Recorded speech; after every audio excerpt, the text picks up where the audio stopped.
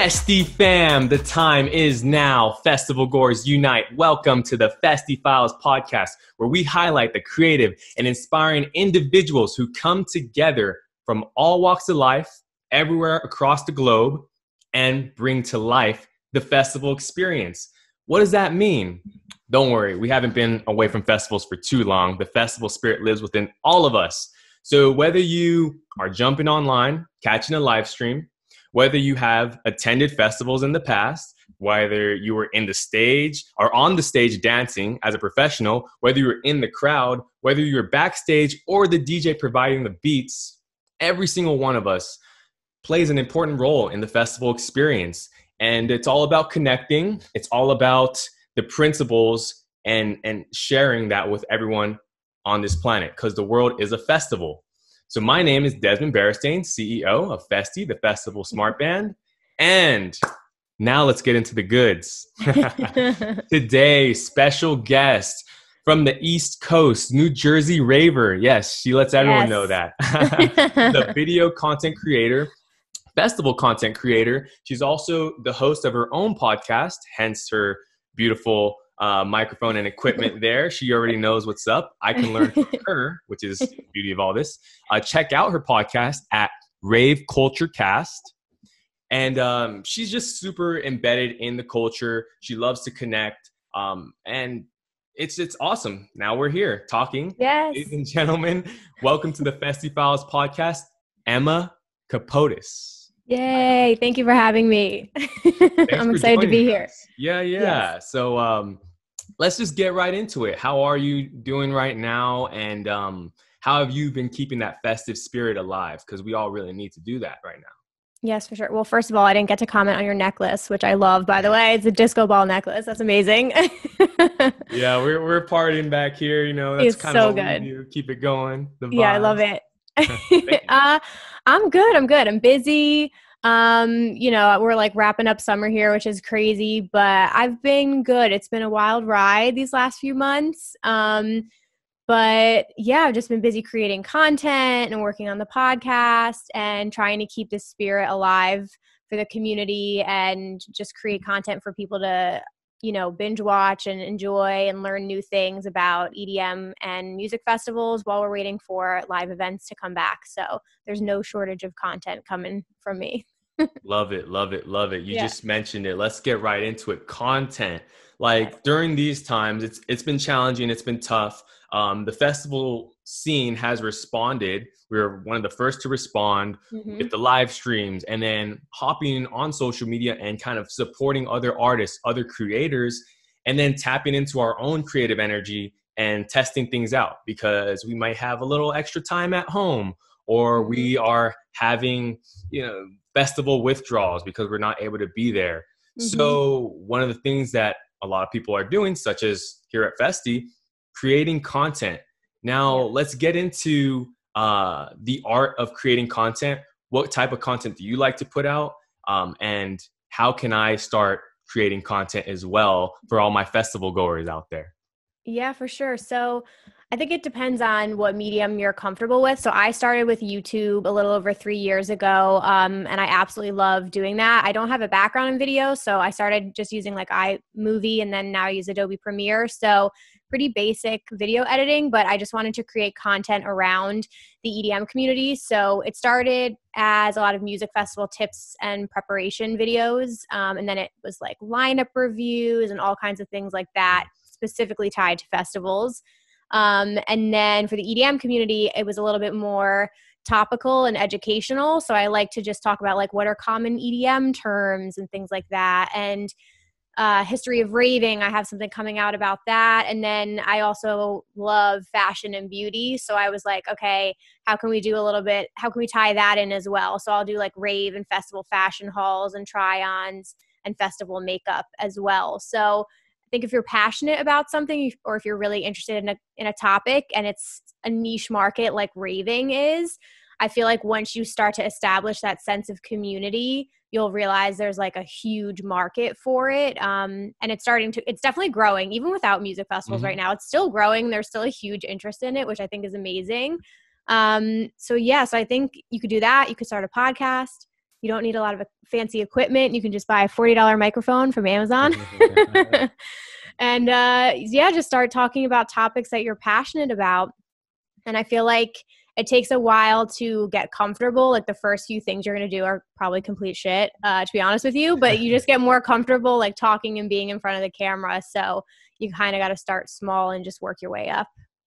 Exactly. I feel like that's what most content creators say. They're like, just start doing it, you know, and you'll make mistakes. We call it in the startup world, fall forward. It's like you're going to make a mistake, another one, but you're moving forward. You're finding things out. You're learning. And then the second thing you said is make sure you're passionate about it. So for all the festival goers, one reason why the community is still growing right now is because since we're not able to physically attend festivals, we have to take a step back. And then now we're able to learn more about other people's stories because we're not all at, you know, every weekend we're not at a festival.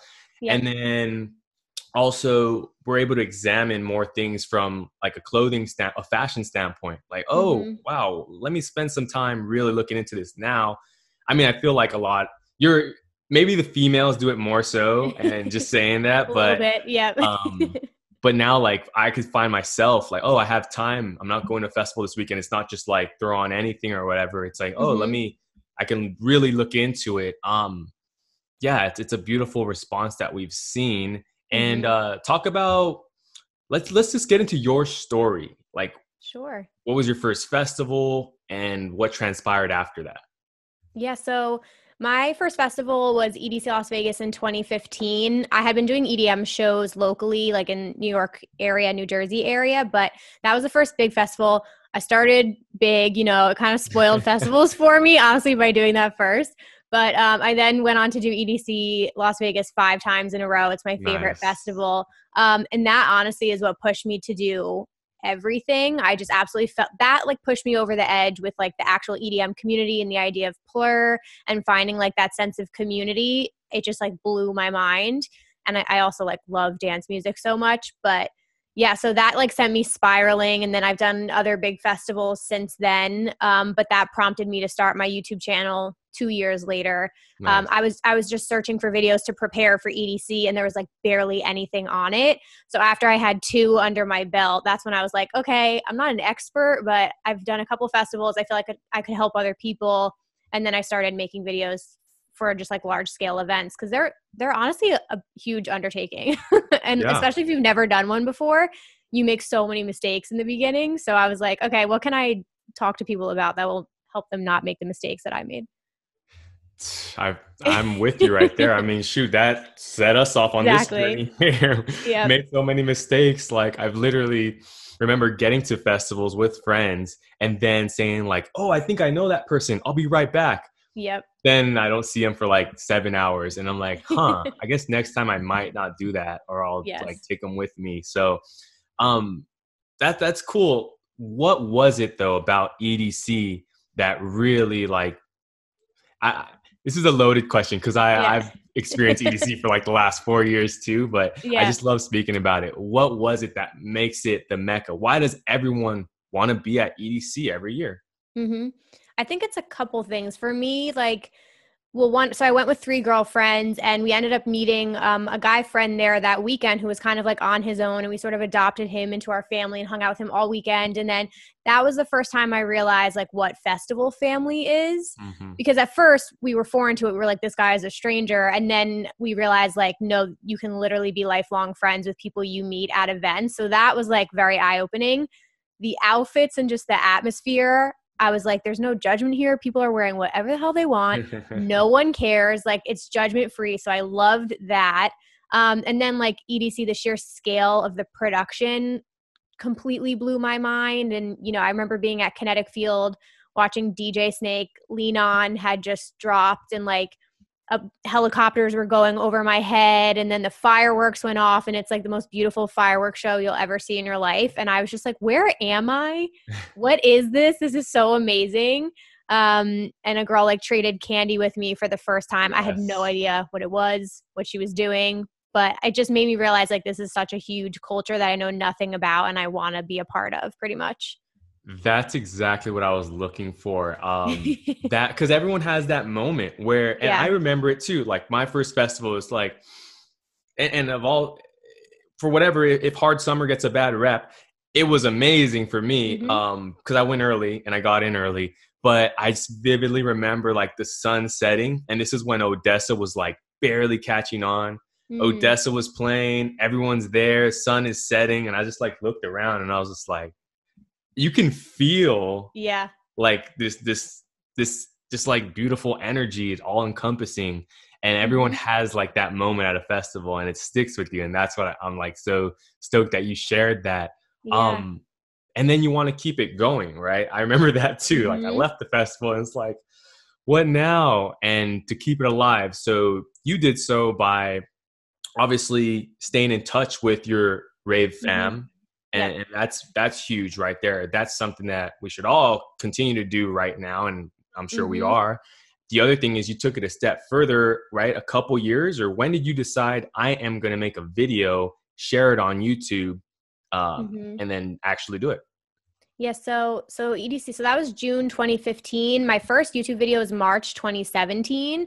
And I'm trying to think what other I had done some smaller scale festivals, I want to say, like local ones like EZoo, Governor's Ball. I did like a Life in Color in Miami and then local Nice. shows. And then I was preparing to go to Ultra Miami for the first time. And oops, I'm dropping things over here. That one is also obviously like extremely big deal, a lot to prepare for. And so my first video ever was what to pack for Ultra Miami. Nice. Not, it's It's terrible. like, Don't look it up. It was really bad, but I just was like, okay, like these are some places I can start because that's something that's searched a lot. And at the end of the day, like YouTube is a search engine, so that's what I was always looking up. And so I just decided to take the plunge from there, and yeah, just spiraled ever since. so then what happened? Because I feel like this is so cool to assess, and just now years, looking back. I know, it's crazy. So you did this video, you posted it up, and then what happened? So I feel like when you start something, you just got to like figure it out. And I actually, before I did YouTube, I tried to do like a beauty Instagram page because at the time makeup on Instagram was like exploding.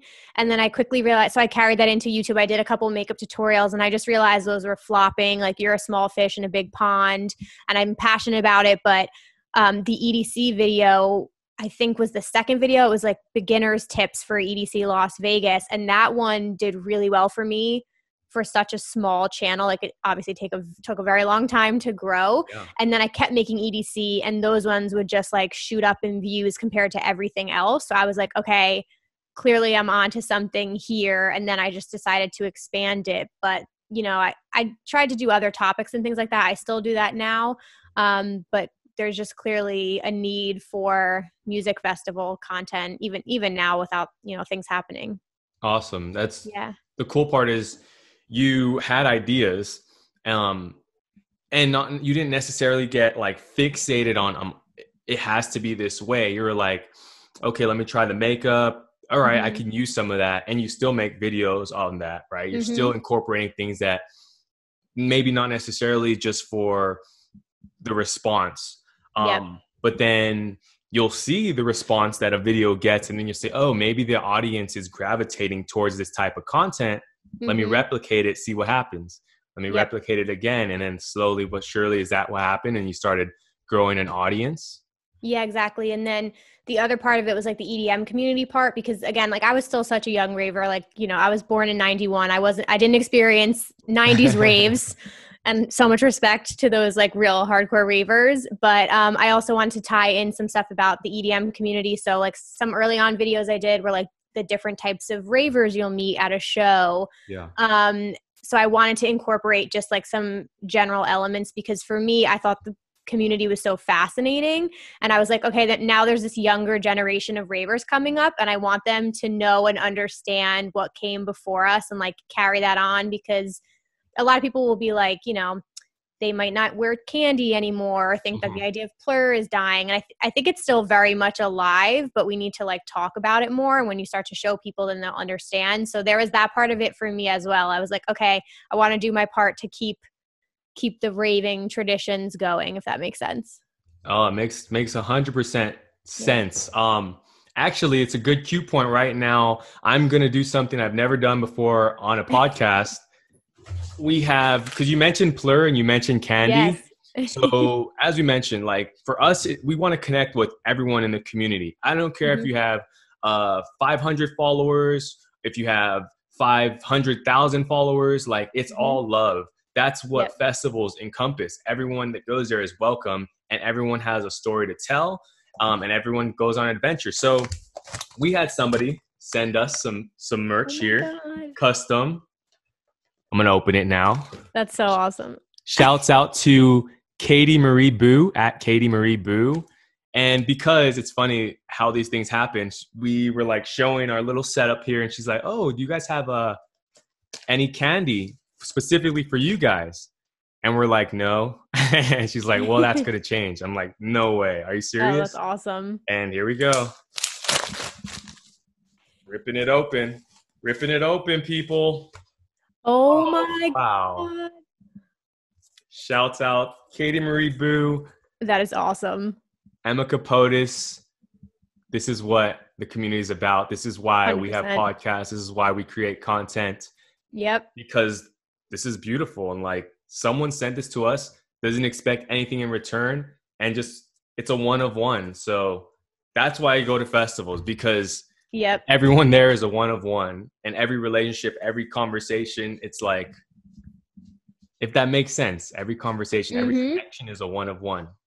So it's about the micro moments. I always say that. It's like, and just the little interactions you have with people at events are like, can make the biggest differences. Yes, there it is. And that's awesome. Plur is alive.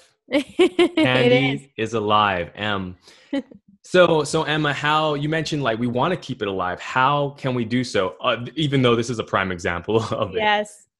That's a good question. I think the biggest thing, it depends. Like you can have people who are going to attend events for the first time. And I think you just have to lead by example, because, we've experienced everything. I'm pretty good with crowds and things like that. But I think it's just as simple as like having manners in a crowd, saying, "Excuse me." Again, like the biggest thing about festivals is taking care of the people around you. Like they're strangers, but you're all there for the same purpose. And you really want to make sure everyone has a safe event. And you want to respect the people around you because you're all sharing the same space. So I feel like all of that just plays into the whole idea of Plur. And then, like trading candy and doing things like that, I think are incredible. They take a lot of time to make. And I think it's like so thoughtful when someone shares that moment with you and then gives you something that they worked hard on.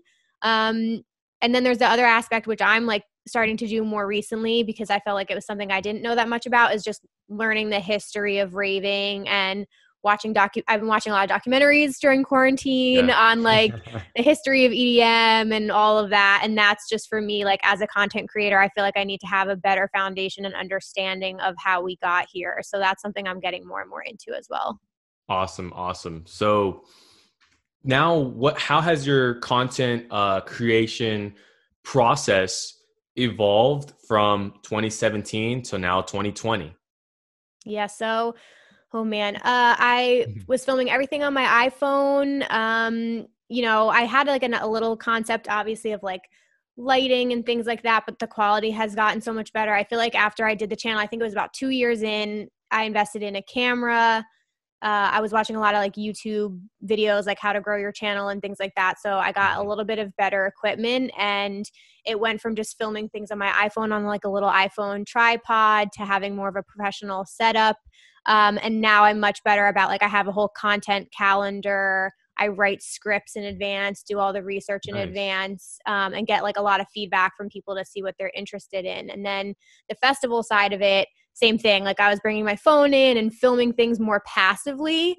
And then now that I've watched people's incredible like after movies and festival vlogs, now I'll bring my camera and I go into a festival knowing what shots I need to get, what B-roll I need to get. Like I have a more of an understanding of telling a full story. That's why some of my vlogs are like 20 minutes long. Hey, that's just a micro clip of the whole festival still, if we really want to get into it. I mean, right. Like one of my friends, shout out to Snooge also. He does epic videos as well.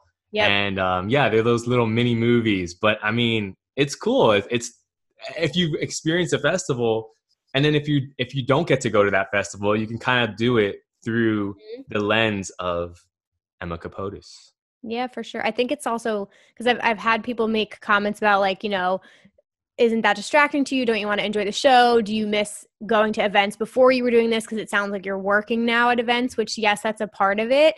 But I just still have so much fun. And I feel like I just want to help people at the end of the day. These are expensive events and people save up a really long time and like dream about going to these festivals. So I want to capture everything from like what the entry and security line is like to how much the food is going to cost you to what the actual feeling of being there is like as much as possible. So you have a better, like more informed decision when you go to buy tickets. Exactly. Their festivals are pricey, you know what I mean? And every minute at a festival matters.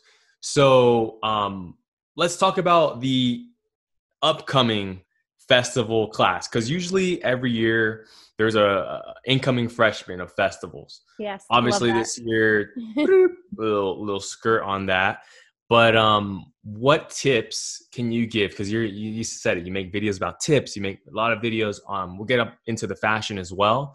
What are some additional tips? You mentioned looking out for each other, being respectful, first time festival goers. What are some tips you have for them? Yeah, for sure. I think planning, obviously it's like hard to plan for 2021 'cause, like I haven't even bought some tickets yet, but as far as like budgeting and things like that, obviously save your money. I try and do payment plans for tickets all the time. I sometimes book things through booking.com.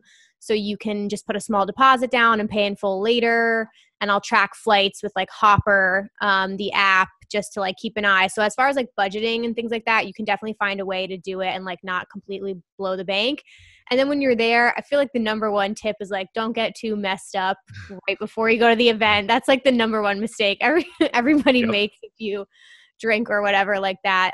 People pregame too hard and they don't realize like how long one night of a 3-day event actually is. And then they're like completely destroyed for the second day. So just drink your water, wear comfortable shoes. That's what I say. Bring a hydration pack. Wear comfortable shoes. It's so important. Like, that's the thing. When I first started going to festivals, I like to get super in the crowd and on the rails and all that. And it was an amazing experience, amazing time. I wanted to just keep going 100% all the time. Then you start to experience different festivals, different vibes, and you kind of settle into who you are. So then I was like, all right, I need to wear some shoes and get just a little bit of space so I can do my moves, get my dance going. Talk about fashion. Yeah, let's talk about fashion. Like, obviously festival fashion is a thing of its own, super innovative, super creative. What does it mean to you? And then how have you continued to see it evolve over the years? Yeah, for sure. I've remembered one other tip: wear earplugs, guys. Nobody wears earplugs in the beginning, and it took me a really long time to wear them. So protect your ears. So rave and festival fashion honestly has 100% exploded in the last few years. I feel like Coachella was like the lead in that, obviously, because there's so many celebrities and things like that who got photographed, and then festival fashion became this whole big market in itself. But that's one thing I feel like old ravers were kind of like, started out with the rave bras and the fluffy boots that people would wear and like fully decked out in candy and flower crowns.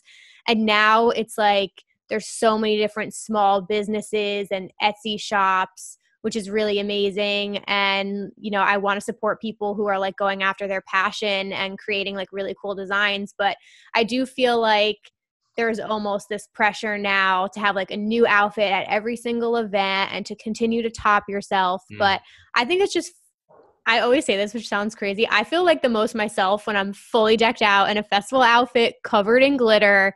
Like, that's me to a T. But it's about expressing yourself and having fun and wearing something that you don't get to wear all the time. So just like get creative and feel comfortable in what you're wearing, because nobody's going to judge you at these events. There it is. Just feeling comfortable in what you're wearing, So what about, I like throwing questions like, what about this? What about that? Now let's talk about the other thing about festivals, which I think is important. Yeah. You may only get 1 or 2 meals, snacks, whatever it is, because it's such a fun time. What's your go-to? Because, for example, my go-to is every festival, I need that smoothie. I need that Mm. replenishing smoothie. So you'll Yes. find me in a festival like, all right, it's smoothie time. Boom. What's your kind of rejuvenation meal? Ooh, I get a lemonade at every single event. I always find the lemonade stand. It's like my favorite thing. EDC lemonade is my favorite, I think. EDC lemonade. Best. So yeah. And then you said, well, let's talk about some other stuff. So recently, what have you been getting into? And what's your podcast about? Yeah, so the podcast it comes out every week on Wednesdays, and similar to my YouTube channel, it was just something that I felt like I had a bunch of video ideas I wanted to work on that were a little too long form for YouTube. And again, I felt like there was a need for more. There were a lot of DJ radio streams and things like that, or artist interviews, but not as much about the community. So Yeah. I wanted to have something that I could still talk about rave related topics, still do festival reviews that were a little, could be an hour episode, and then have people on and just meet people in this community and share their stories. So that's pretty much what it's been about. And then the last few months with quarantine and everything, I've really heavily been leaning on the Zoom call interviews, and it's been like completely surprised me. I didn't think I'd be as comfortable interviewing people, and now I love it. Like things like this, I just love meeting new people. And I think it's amazing. So now it used to be a lot of solo episodes, and now moving forward, it's pretty much going to be all interviews and then a solo episode here and there. Nice, nice. I love how, yeah, you're right. You can really dive into like one festival. You can speak about it for an hour. There are so many stages. Then it's like the vibes, outfits that you've seen there, and just so much. And then different days. How do you do all this? Like, and then is this your full time now? Are you still balancing? Because regardless, there's sacrifice. If it's your full time, you're all in figuring it out. And if you're balancing, then you're making time for something that you're passionate about. Yeah, I think that's $1 million question. I'm not doing this full time. That is the dream. Definitely become the dream the last few years. I have a 9 to 5. I typically work in Manhattan. I'm now working from home, and my background is in graphic design. So I do that 9 to 5, and then the YouTube channel, the podcast, and like all the social media content creation and working with brands now, and like all of that is on the side and on the weekend. So I'm definitely working on a healthier balance. I've definitely gone overboard. I've piled my plate way too high time and time again, and I'm learning how to it's better to just have smaller projects and have them be higher quality than try and juggle a million things and you're not giving it 100%. And I got to that point during quarantine. So now it's been better. I've taken some things off my plate and I'm just focusing on what's in front of me right now.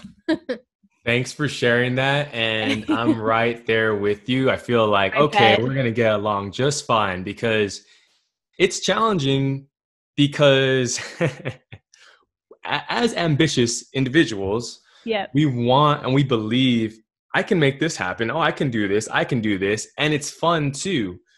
What ends up happening is we end up putting all these things on our plate and we're like, all right, I can eat all this, but is it necessary now? And then, you hit this point where you're like, all right, I actually have to take things off the plate just so that it's healthy, right? It's like, and it's not the easiest thing to admit, but once you do that and you start to say, I'm going to take care of these things, once I take care of them, then I can move on to maybe the next. I feel like it's always an ebb and flow though. Like every 4 or 5 months, I have to check in and be like, am I, stretching myself out, or am I good? And maintaining that relationship with yourself and being honest about it, right?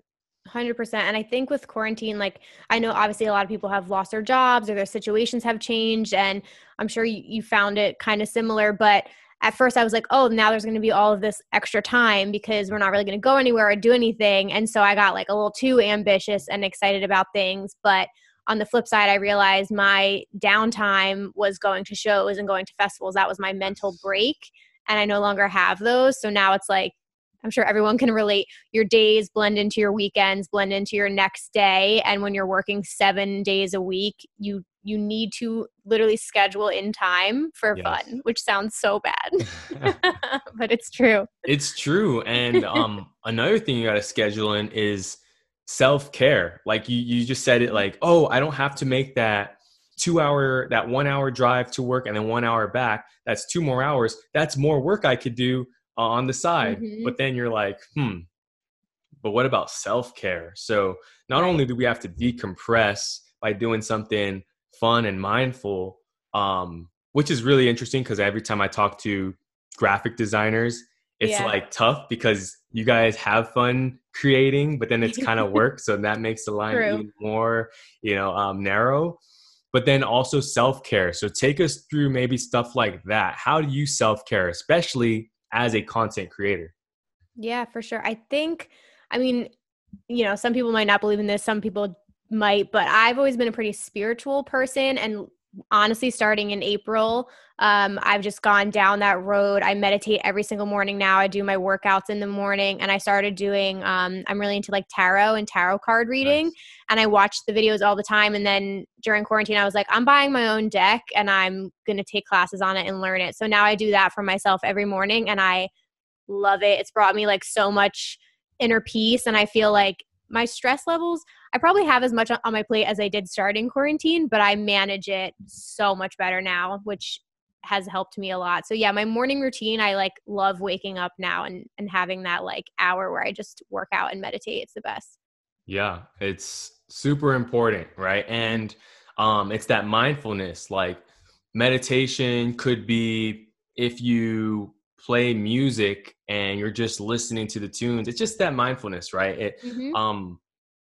Because we really have to do it right now. How have you seen the community support each other during these times? Because we talked about it earlier, the community is still growing. In order for that to happen, that must take effort from multiple people. What are some cool things you've seen that rally behind the community and expanding new members? Yeah, I love these questions. This is awesome.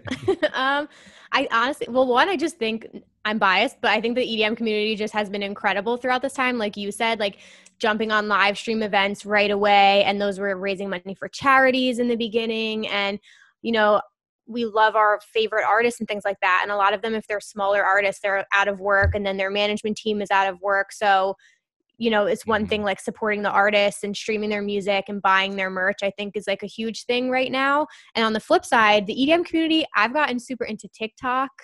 I was like against it for the longest time. The raving community on TikTok is hysterical and amazing. And there's been so much content. And I feel like a lot of people are getting on that platform now and like making funny videos about all of our festival experiences and things like that. So I feel like they're keeping the festival community alive alone just by making videos about it.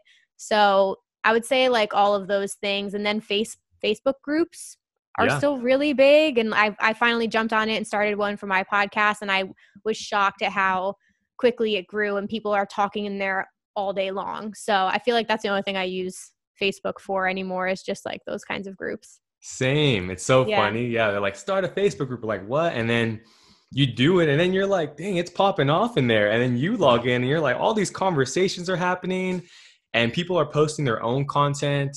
But yeah, it's that snowball effect, and that snowball effect is taking place on multiple platforms, which is cool. And it keeps you feeling part of something.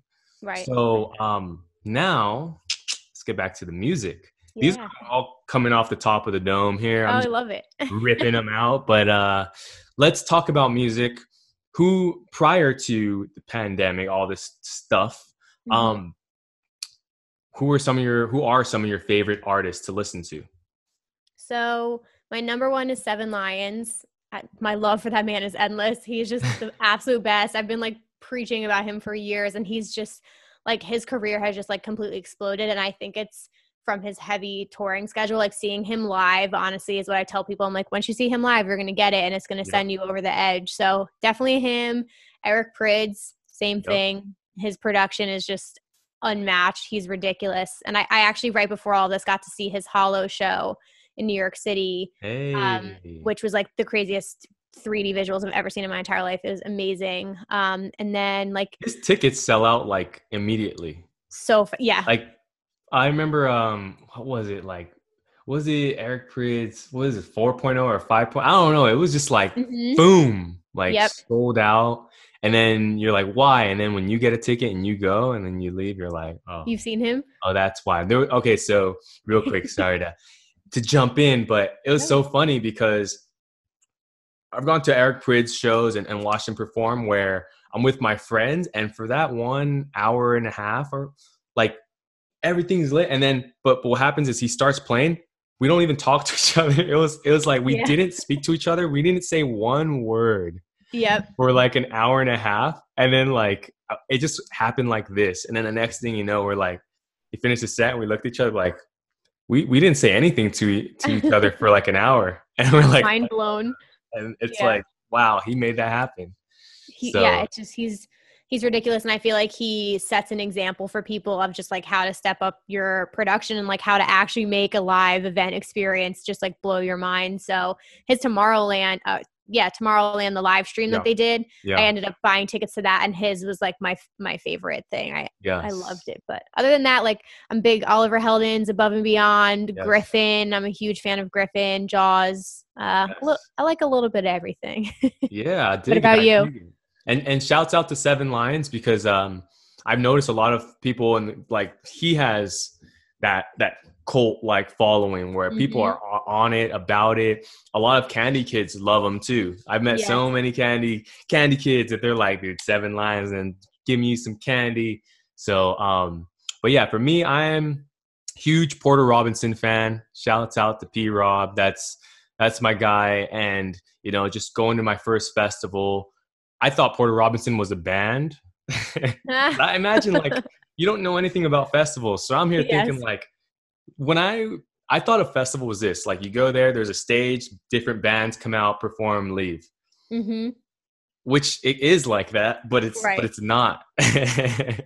So I Yep. get there and I'm like, is Porter Robinson coming up, the group? And then I see like one guy come I love out that. and all these, and then I'm like, wow, where was I? Yes. So P Rob definitely huge Odessa fan, huge Cascade fan. Mm-hmm. But then yeah, you're right. It's like, but then you have your deep house and your like I'm just Mm-hmm. everywhere. Like and that happens at festivals. I spent one time it wasn't in my plan. I wanted to just go to see certain artists. I ended up at like the dream stage for like 5 hours. So I couldn't good. leave. Yeah. I was like, I'm here. I'm here for like the next 5 hours. Like it's I just love it. Well, I have a that's shirt on. You can't see it. It says House Head on it. I'm a very big fan of house music. yes. So we'll have to get your exclusive playlist. So that actually leads us into the next question. Mhm. Um one thing that a lot of people are doing right now is, and we urge everyone to do, is share music with Mhm. other friends, family, even if it's like totally different genre. Mhm. Um, it's about expanding the mind and then learn. It's always cool when you hear about an artist and you're like, oh, I didn't know about him. And now I'm on him. Like, Right. shouts out to Closey. Like Closey's been killing it. And what we're doing is we're compiling playlists. So from like podcast guests, we want like Nice. 10 to 15 songs that you kind of recently known or recently have listened to, or like you're just like, yo, everyone has to listen to this track right here. That's So awesome.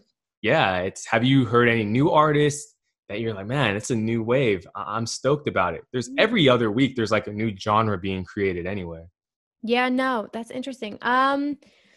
Newer artists. I'm trying to think. Honestly, so I have a playlist that I do every Friday called New Music Friday. And it started Hey. as like me just sharing things on my Instagram stories. And then I was actually doing a separate playlist for every month, and it was like ridiculous. So now it's in one playlist, and I love doing that. I love hearing new tracks. I'm pretty sure Porter Robinson has a song coming out this Friday.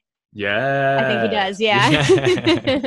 So that'll be good. But I discover a lot of people through that I really enjoy. And then sometimes I'll just go like down a rabbit hole of a genre. So I was like recently researching like the differences between melodic dubstep and future bass because it's super confusing. And then I just went down a rabbit hole of like the whole Ophelia Records label, which is Seven Lions label. And I was listening Yeah. to all the people he has signed on that. And similar to Deep House, I feel like Deep House is something I want to understand better. And I love Lane 8 and like some of the Anjuna Deep Yeah. label. So there's always like such good people on that label as well. So I'll try and pick like a label or something like that and then dive into all the artists and find people through that.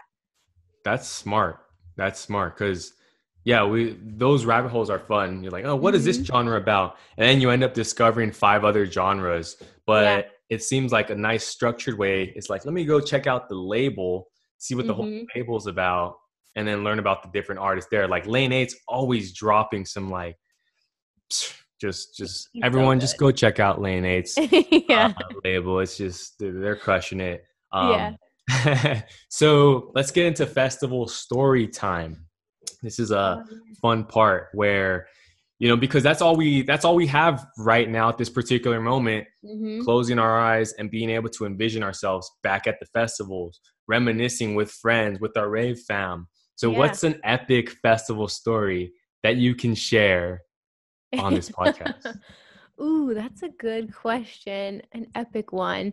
Um, Honestly, I feel like the whole weekend. So there was one that surprised me. I did Imagine Music Festival for the first time Nice. last year, and I didn't know that much about it. I think I went in with lower expectations, and it just blew me away. It was one of those that I went with like a group of friends. I met a lot of people there, but I also for the first time ventured off on my own. And I used to be against that when I started. I'd be like, you guys have to stay together. You can't separate from your groups. But my friends wanted to go see one set, and I was like, I went to see Lane 8. I was like, I'm not leaving Lane 8. I've Yes. never seen him. I'm watching this. I stayed by myself and like met people, and it was like the most liberating experience, and I had the best time. And then that Sunday, I saw Seven Lions absolutely destroy main stage. It was one of the best sets I've ever seen from him. And then we went over to the second stage. I think Claude Von Stroke was on. Hmm. We were just hanging out, vibing. It was the last set of the third day, and we like look to our right and we see Seven Lions standing in the crowd with his wife, just like kind of incognito. He had like a hat on, and we're like, oh my god, that's Seven Lions. And I had like liquid courage, which I normally would never do this. I was like, we have to go introduce ourselves or I will never forgive myself. Like this will never happen again. And so we went over and we met him and his wife, and I like blacked out and I hugged him, and it was the highlight of my entire weekend. That is so cool. And it's It funny was because unreal. I was gonna bring Seven Lions back up and you just did. So many cool points. Yeah, you got to meet Seven Lions. Damn. I was literally wearing a Seven Lions like massive pearl around my neck, and it just was cool. It was cool that they were just there like enjoying the show, watching Claude Von Stroke after we literally just saw him destroy main stage. It was just one of those moments. Yeah. Wow. I know. And yeah, I'm glad that you went over there because it's like Yeah. that how you realize it. You're like, how often does this happen? I Mhm. have to go over there. It's same thing happened to me kind of. It was a little more like just all right, I guess this is happening. I went to a Porter Robinson show in Vegas, and this is funny because like it's a Vegas club. It's not a huge festival. So I'm like, all right. Right. So it's a good show. Everything I'm vibing, and at the end, I need to use the restroom. Usually, how all these, I have a bunch of stories, and it always starts with, I needed to use the restroom. And then, so somehow I get lost trying to find the restroom. And on the way back or wherever, I'm like, then all of a sudden, Porter Robinson's like right in front of me. And I'm just like, what the hell? And I'm like, well, I got to talk to this guy. And then we just hit Yeah. it off, connected, shared some anime. But it's That's funny awesome. how, yeah, things will happen and you'll just end up meeting people and being in these scenarios where you're like, wow, did that just happen? Yeah. And That's then really you cool. We also have that in mentioned, common, by the way. I'm the same as you. Everything happens with I had to go to the bathroom and I got lost. hey, I had to go to the restroom. It's like, guys, this is it. It's going to start now. Yeah. Um, And it's cool that you also mentioned venturing off on your own, which for us, for Festiie, literally like Mhm. that's part of why we're making this device. Yeah. Because, for example, we go to events and yeah, you just want to split up for one set Mhm. or an hour and a half or not 8 hours. Right. So what would happen is we'll have the meetup spot and we're like, all right, meet up here in this time. But then let's say the set goes a little longer or you run into someone and you're just like 5 minutes or 10 minutes behind schedule. Mhm. Then sometimes they're like, oh, well, I want to go to here. And then it just becomes this thing where you're like, trying to like Yeah. synchronize. Although rave magic works very well and like you'll end up like, True. what? You're right next to me. It was just this thing where was like, hey, we could have more peace of mind if we could just take off for an hour and you could still know exactly where I'm at. And then be able to find me and I can find you guys. Cause I do like to, I want to go venture and do that. Talk about how that experience was like going for the first time alone, but then, you know, coming back and you said it, you got to meet people and you're not going to miss certain artists. Like it's just, you're not missing anything. It's honestly like, it took me a long time. Like, honestly, this past year was the first time I really did that. It took me a long time. I was very big. And I still say this, if you're just starting, I think staying with your group is great, especially at like an EDC. It's so big and your cell service doesn't work. But obviously if you have something like Festiie, then that's huge. But I was big on that. We would stay together. We would compromise. We would just stick with our group. And then this past year, actually EDC Orlando was the perfect example. I was staying with girls, but I went to the festival by myself every day. And I was just like, I'm at the age now where I can do this. I feel like I owe it to myself, even if it's just for the content, to be like, I finally went out there, because I can't tell people to be solo ravers and not actually do it. And I got to EDC Orlando first set every day. It was the best. I went against the rail for IO. I never go against the rail. I just met random people. I went and ate. I looked at the art installations by myself. I drank by myself. Like, it was a great time. And then I met up with my friends when they got there at like 7:00. But I feel like people get the fear of maybe traveling alone or staying alone. But once you're at the event, I always say you're never alone. You're going to meet people right away. You'll meet people on a shuttle to the event. So I say do it. It puts you out of your comfort zone and it's so worth it. Yeah. And it's like, you're still, you know, just even if you're with a group of friends, be aware, have your awareness, because if not just for you, maybe you look to your left and you see someone else and they just seem like, they're not having, you just want to make sure they're good. So it's kind of having that awareness for others. But then when you venture off on your own, it's like, hey, have fun with it, you know, be aware, but have fun.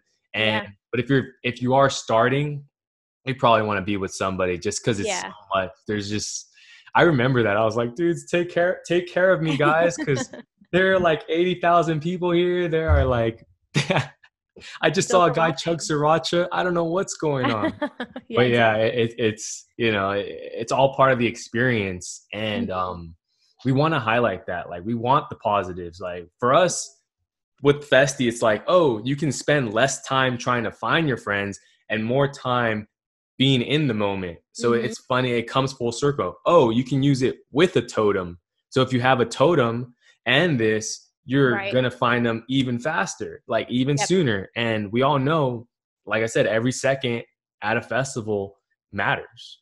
Yeah. Especially after all this. Oh my God. That's what everyone keeps talking about.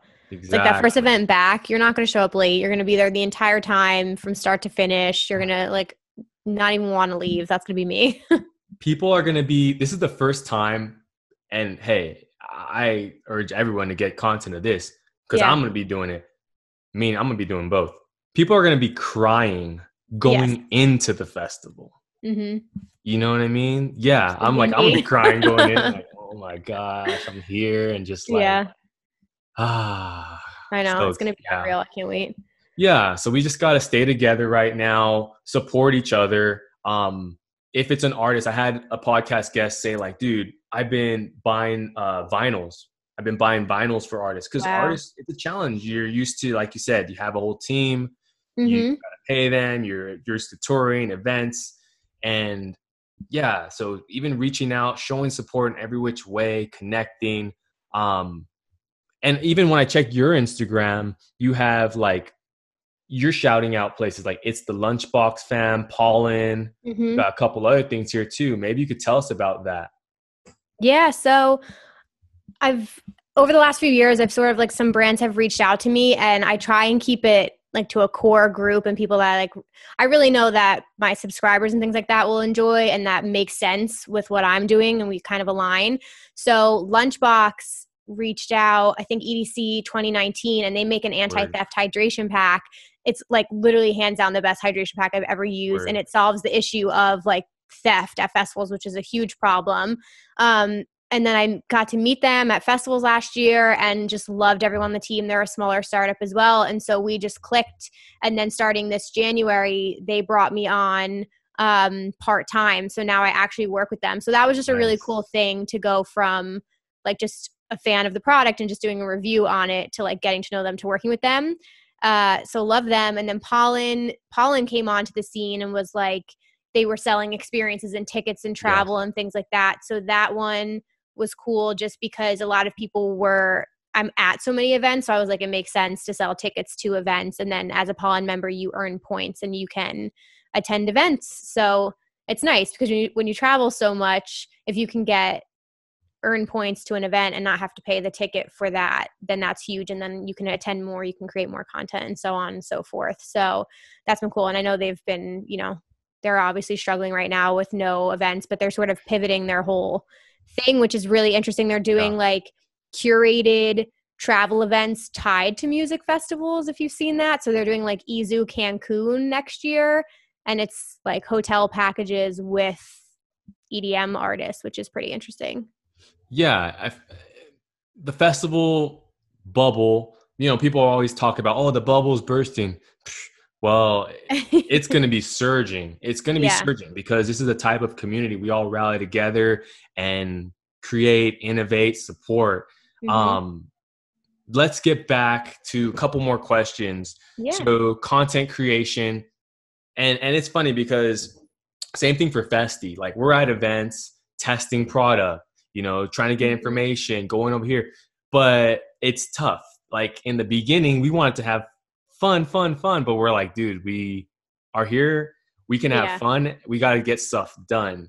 So how do you balance the two? Because you just mentioned it, like someone might say, oh, but you're working now. How do you find that work fun balance at a festival as a creator? What's your method? I think, you see like a little Snapchat, like you said, like for one day, maybe I do like a 15-minute vlog, but I was there for 7 hours or something like that. So I know to just take my camera out at the important moments to show the things like the security line when I first get in, the map. So I have certain things. I'll take like a quick 60-second video of it and put my camera away, and then I'll go eat or go relax. And same thing with the actual sets. I'm not uploading full sets. So, and it just depends on the person you are. I love creating content. So I do not mind having my phone out and filming things, because I actually do go back and watch these videos later on my phone all the time. So I capture the big drops, like the exciting moments or my favorite songs, and then I put it away. So if a set is an hour, like maybe I have my phone out for 10 minutes of the hour, and, so you definitely still relax. And, I was hoping to do Electric Forest this year. I need to do a camping festival for the first time, but I envision that like that's a 4-day event. I would say like probably one of the 4 will kind of be like my lax day where I wouldn't film as much as I do the other days and have like a chill night kind of thing. Yeah. And you're doing that, you said, just with an iPhone? Now I bring in, I think it's inside. I have a small point and shoot Canon. So they so far let me in because there's no detachable lens on it. Got it. Yeah. So you don't need to you can still have fun. It's super accessible. It doesn't maybe hinder your outfit too much, right? Right. Making it work. So I like it. Because people think, for us, we say if it's a 3-day festival, we're like, we have to be strategic. We're like, all right, we literally have set hours when we work. We've got to handle business from here to here. And then afterwards we can have fun. We still got to keep it semi-professional. We can't be like tripping, SD shirt on, or like acting crazy. But then we'll have it where on the 3rd day, it's like, hey guys, we're not working today. We're all going to enjoy and interact with people and connect. Cause like, there's just so much to do at festivals, and it's all about just kind of having that, I call it festival discipline, a little bit of that, say, all right, I gotta have a little festival discipline. And then there's times when it's like, all right, freestyle time, do what I want to do. So exactly. Yeah. And last at EDC Orlando was funny because like now meetups are such a big part of festival culture too. Like there's EDM Twitter meetups or your favorite Anjuna fan meetup, and like I'll host my own now so that I can meet people in person.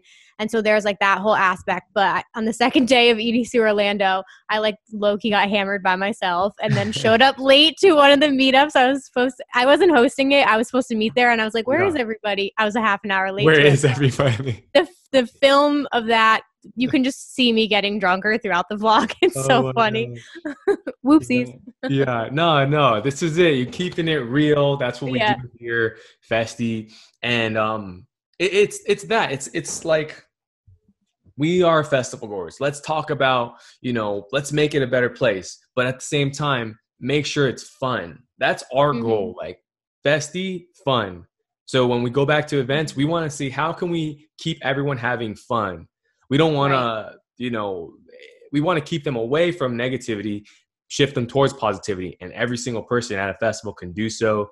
Like I said, whether you're out for someone next to you, whether you're just saying, excuse me, throwing your trash away, like such little things, smiling at someone. If they have a nice outfit, letting them know it's tight, it's fire. Yeah. What is a nice outfit anyway? In your opinion, what makes you be like, I got to tell that person that outfit is fire? Oh my God. Somebody at Electric Zoo had a shirt that they made. It was Eric Pritz's face all over it, just printed like a million times. I had to tap him on his shoulder. It was so good. But that and totems, people get so creative with totems. It's my favorite thing. I know some people don't like them because they can block your view, but I've never brought into a festival. I think they're so creative. They make the experience. They're just hysterical. So I miss seeing festival totems. Yeah, exactly. We're all like totems. It's part of the culture. Like we got to preserve totems. We've got to preserve candy. We've got to preserve plur. Like everyone make sure to preserve plur. Yeah. So this has been awesome. You're super cool. I'm sure we're going to have to do some more of these in the future.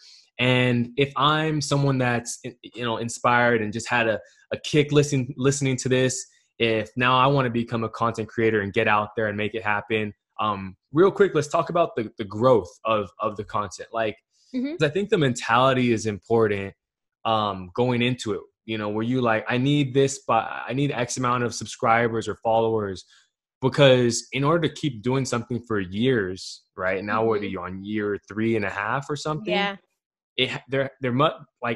there's probably never enough subscribers. So what keeps you going, and how in the early stages were you able to maintain that consistency? Because usually, sometimes people do things for a month, 2 months, 3 months.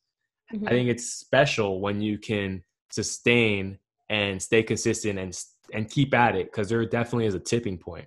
Right. I think you nailed it. I think that's what it is. Consistency was really big for me. I don't remember the frequency. I've switched it up over the years. Like at one point it was once a month. Then for almost the whole last year, I was doing 3 videos a week, which is what ended up being excessive. And I was like, I'm not doing that anymore.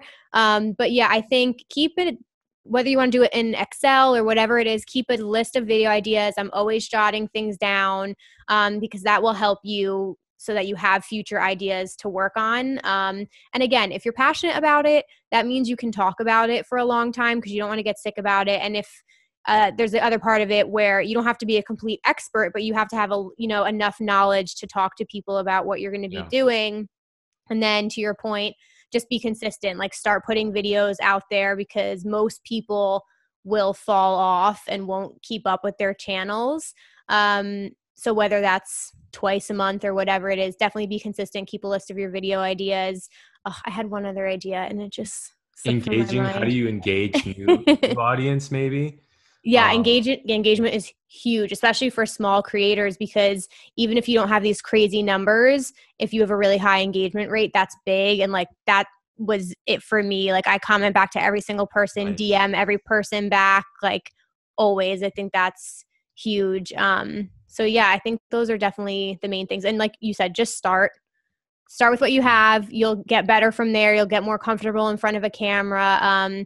Oh, and this was the last thing, because I've been doing some YouTube classes a lot lately. The other thing is to think about, like, you can't really make selfish content, because at the end of the day, some mistakes YouTubers will make is they'll start out with doing, and I did some of these too, they'll start out with doing Q&As or personal vlogs and things like that. And that's not going to make you grow. People don't know you yet. You have to deliver value. So you really need to think about what questions you're answering. What are people searching for that fits in your niche? Because that's how they're actually going to find you.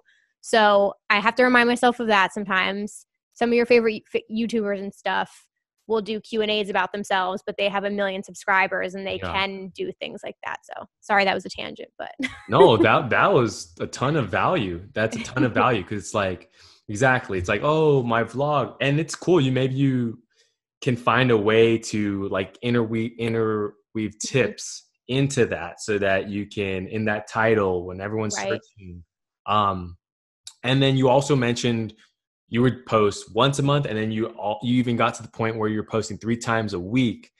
How do you kind of work on that relationship, right? Because there must have been a part where you're like pushing, but then then you must have hit another part when you said, I gotta chill and I have to be okay with chilling. And then the third part is having that expectation of like, oh, this should go viral or this should do this.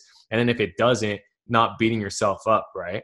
Right. Yeah. I think, people can get caught up in the analytics for sure. And especially, so the YouTube algorithm is like the hardest thing to figure out. So at one point it was hearing that the frequency that you post is really important. So that's when I was like, okay, I should be doing a minimum of 3 a week. And it's constraints you put on yourself, right? That's the other thing, is you're the one who has to be accountable for yourself. No one's going to tell you when to do it. So I did a Monday, Wednesday, Friday schedule for almost a year. And I think it did help. And then I would post bonus videos too, because so many festival lineups would drop and it'd be like a race to get that up the same day or the next day, which was like that's when it was getting excessive. I was like, this is ridiculous. And then I think it was at some point this year, I was like, I made up these days. I could still do 3 videos a week and post them whatever days I want. No one's paying attention to that schedule. I am. Yeah. So now I'm probably at like 2 videos a week, the podcast and another video, and I post it when I want, and it feels so much better.